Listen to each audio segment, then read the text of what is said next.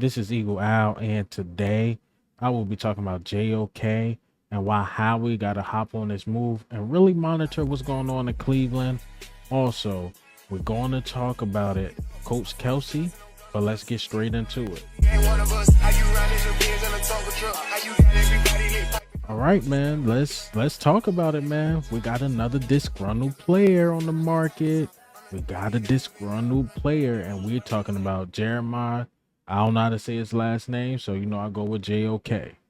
This guy is the guy I wanted in 2021 draft class, and this is the class where we got Landon Dickerson. I wanted us to trade back a little bit and go get him, or even trade up to go get him, but he fell to Cleveland. His first 2 years wasn't that great, but his third year, he definitely went off. Now, there has been contract talks with him and the Browns, or I should say no talks with him and the Browns, and they're not seeing eye to eye. They're not seeing eye to eye on a contract extension, and this is something Howie has to monitor. Remember how we stole CD Deuce from the Saints because they didn't want to pay him right. Now, if we want to make that Super Bowl run, this is the move. Joke with Devin White will be insane, will be crazy. And mind you, the top 10 linebackers just came out and he was ranked number 6. But let me go over what the Zets had to say about JOK. So number 6 is JOK, according to the Zets. And one exec had to say this about him. He's a tremendous athlete and he runs like a corner. And also, JOK led all off-ball linebackers and tackles for loss with 20 and tied for first with Denzel Perriman and run stopping with the run stopping rate of 44. So JOK is really good. One of the execs said one of his problems, the reason why it's hard for him to hit that elite status is because sometimes he can be inconsistent, but he's so athletic and so good, he can make up for certain inconsistencies he have. And he also plays like a cornerback. Like he got the speed of a cornerback, but sometimes it's hard for him to stick with the player. So one exec is saying he plays like a cornerback, but then at the same time, it's hard for him to play coverage and stick with a guy. So I'm a little confused by that. But overall, the scout said many of us scouts loved his ability coming out of college in the 2021 draft, but the concern was his size because JOK got the same or had the same problem as Nakobe Dean, undersized guy. Would that translate in the NFL? First 2 years, injuries, but that third year, all pro. But the Zet said you can live up with the lack of instincts in certain areas because he's a playmaker and with a quick trigger off the ball.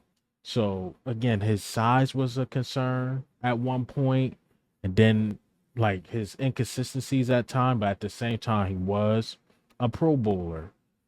He balled out third year. Cleveland is looking to extend him. Maybe they don't. Maybe they be like, hey, it's only like 1 year. You were really good. So I don't know about how the extension with JOK and the Browns are going to go, but the Eagles have to monitor this thing. And even reading this, you know who this made me think of? Yes, I said his name, Nakobe Dean. Actually, I might even add that to the title, Nakobe Dean. Now, Nakobe Dean is going into year 3. Yes, he is going into year 3. And if JOK can do it, where he's 6'2", 221 pounds, I believe Nakobe Dean is like 5'11", 6 foot, 231 pounds. So Nakobe Dean is actually bigger than JOK. But at the same time, he start playing with confidence, JOK. Hopefully, Nakobe Dean did not lose that confidence because the guy I see in college can flat out ball. The guy I seen in college with Nakobe Dean was the best linebacker in college. JOK and Nakobe Dean had the same problems, injuries, right? Well, Nakobe Dean you could say had 1 year injuries, but can he come off that and really be that guy? Can he really be that number 2? And I'm sorry, y'all. Y'all are bigging up Zach Bond, which I believe he should be a great player or should be a good player. But it's no convincing me. I'm sorry. It's no convincing me that Zach Bond coming from the Saints is better than my guy, Nakobe Dean. I can't take it, y'all. Nakobe Dean is better than him. He's better than him. But Nakobe Dean gotta find that confidence, man. If Nakobe Dean find that confidence, he's at least a Pro Bowler. At least a Pro Bowler. But he gotta find that confidence.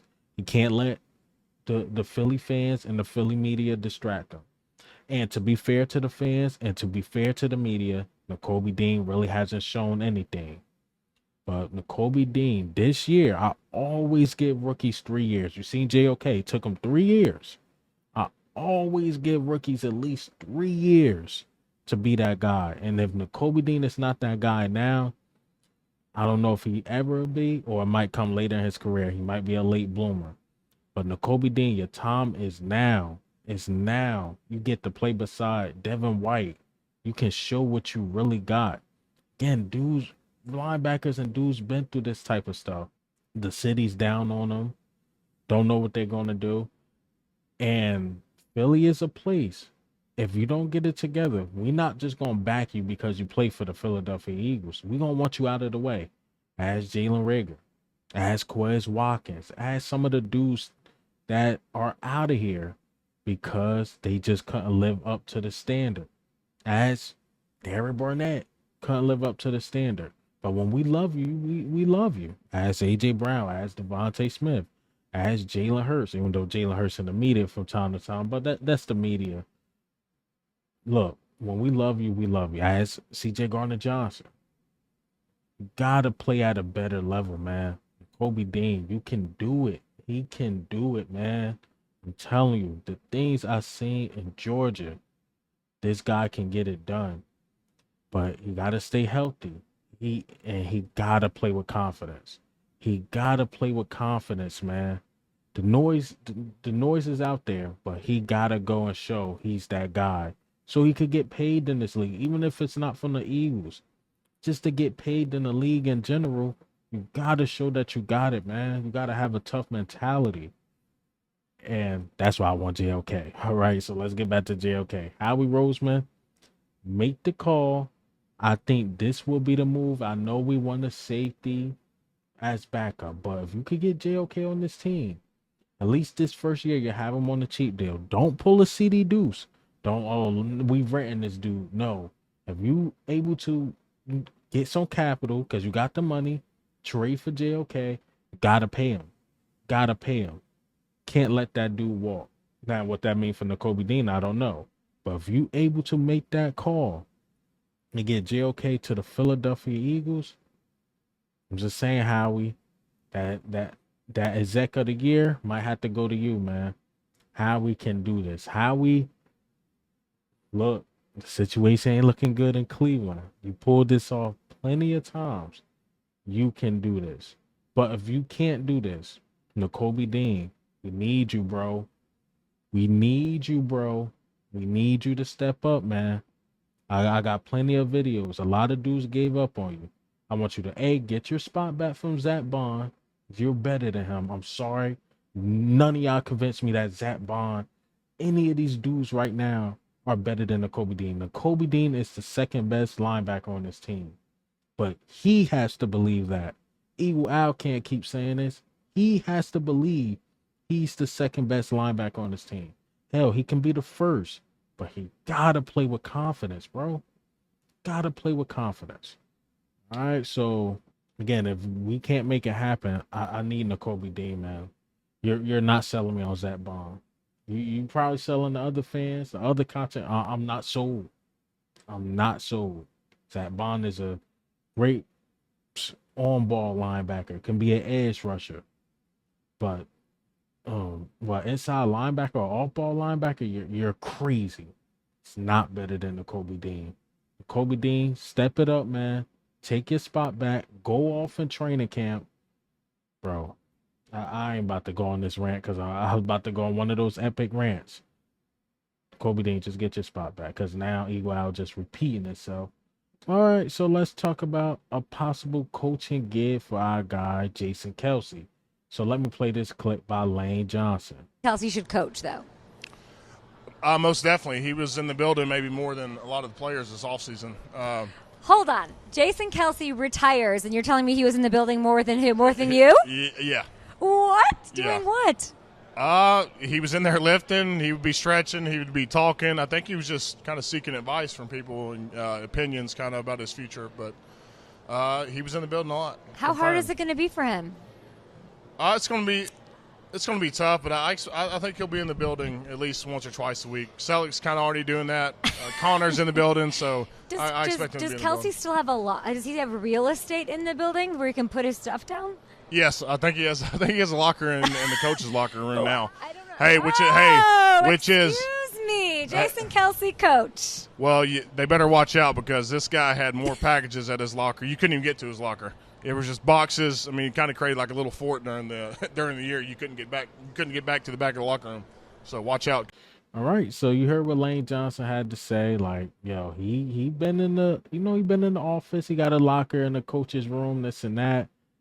I would say this, man. I think Jason Kelce will always be a part of the Eagles culture. He will always help, like far as who he see coming out the draft and who we should get as the next lineman. But him, I think, being like a full-time scout or a coach on the team, I don't think that'll happen because you got to think of all the outside things Jason Kelce do.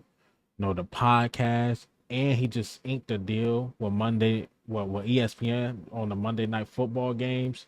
So I don't think he would like just be full time with the Eagles, but I would say he will always be a part of the culture. He will always be a part of the culture of helping Howie Roseman probably find the next guy or Jeff Stoutland, like who he see coming up and who can be that guy.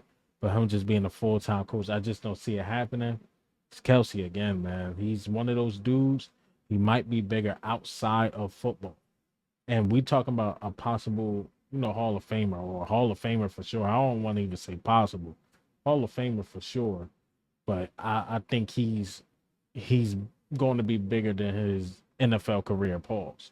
So I again, as much as I love for Jason Kelce just to be one of the coaches and forever an Eagle like that, I don't think that happened. But I always would think of Jason Kelce. He'd keep his ear to the quote unquote streets of what's going on.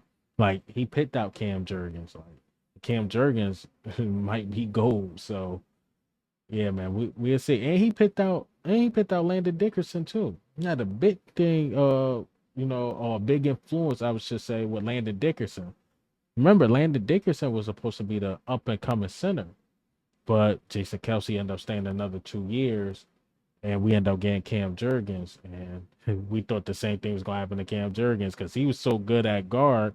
Like, dang, we're gonna need another center. So nah, they moving Cam Jurgens to center. Landon Dickerson already got paid as a guard, so he's staying there for sure. Look, Jason Kelce becoming a coach just ain't gonna happen. It is an Eagles fan's dream, but it just ain't gonna happen. But hey, man, what do you think? How do you feel about the news today? How do we feel about JOK? Should the Eagles go get him, or should we work what we got? Also, Jason Kelce. I talked about Nakobe Dean again. I'm gonna add that to the title. Can Nakobe Dean step up, man? Do you still believe in Nakobe Dean? Because I do. But this is Eagle Al, man. I'm up.